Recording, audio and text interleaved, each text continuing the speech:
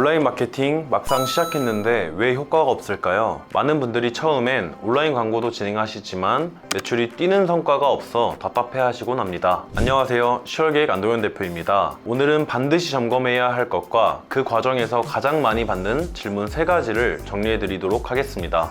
온라인 마케팅을 시작하고 나면 가장 먼저 해야 할 일은 성과를 어떻게 확인할지를 정하는 겁니다. 많은 분들이 조회수나 좋아요 같은 겉보기 숫자에 집중하시지만 온라인 마케팅의 진짜 성과는 전환에서 확인됩니다. 방문자가 실제로 문의를 남기고 제품을 구매하고 또 재방문으로 이어지는 흐름을 봐야 한다는 거죠. 그래서 처음부터 성과 지표를 설정해 두는 게 중요합니다. 단순히 조회수 1만 회를 목표로 삼는 게 아니라 문의 전환율 3%, 재방문 고객 20% 증가처럼 구체적인 행동 기준을 정해 두셔야 합니다. 또 플랫폼에서 제공하는 인사이트 도구를 꼭 활용해 보세요. 네이버 애널리틱스, 인스타그램 인사이트, 유튜브 스튜디오 같은 툴들은 고객이 어떤 경로로 들어왔고 어떤 컨텐츠에서 오래 머물렀는지를 알려주기 때문에 성과 점검에 큰 도움이 됩니다. 그리고 초반에는 반응이 적은 게 정상이에요. 온라인 마케팅은 단기간에 성과가 나는 게 아니라 꾸준히 운영하면서 신뢰도와 노출을 쌓아가는 과정입니다. 정리하자면 온라인 마케팅은 시작하자마자 눈에 띄는 성과가 나타나진 않습니다. 그렇기 때문에 초반에는 조급해하기보다 지표를 세우고 데이터를 보면서 꾸준히 운영하는 게 핵심입니다. 그런데 막상 마케팅 실행을 시작하고 나면 또 다른 현실적인 고민들이 생기실 겁니다. 이번에는 제가 가장 많이 받았던 질문 3가지를 뽑아 여러분들께 말씀드리겠습니다. 이건 가장 많이 받는 질문입니다. 많은 분들이 노출수나 좋아요 숫자 같은 보조 지표에만 집중하시는데 이것도 중요하지만 진짜 성과는 고객이 실제로 행동을 했는가로 확인해야 합니다. 예를 들어 클릭률, 문의 전환율, 재방문율 같은 지표를 통해 내가 만든 콘텐츠가 고객을 움직였는지를 확인해야 하는 거죠. 단순히 1만 명이 봤는데 아무도 움직이지 않았다면 의미가 없고 100명이 봤는데 그중 10명이 구매로 이어졌다면 그게 훨씬 가치 있는 결과입니다. 여기서 중요한 건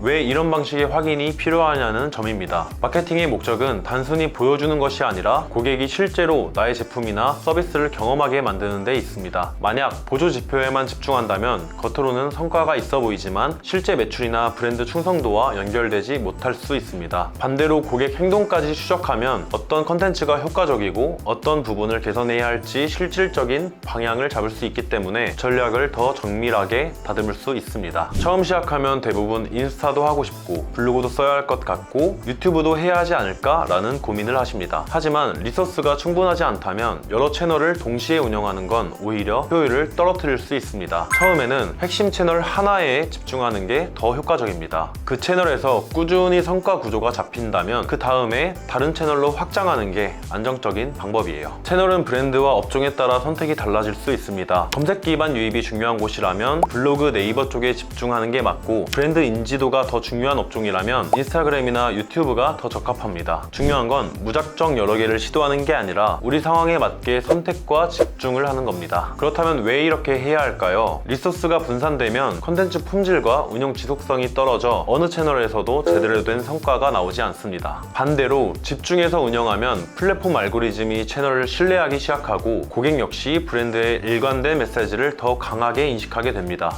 즉, 한 채널에서라도 확실히 성과 구조를 만들고 나야만 다른 채널로 확장했을 때 시너지 효과를 낼 수 있습니다.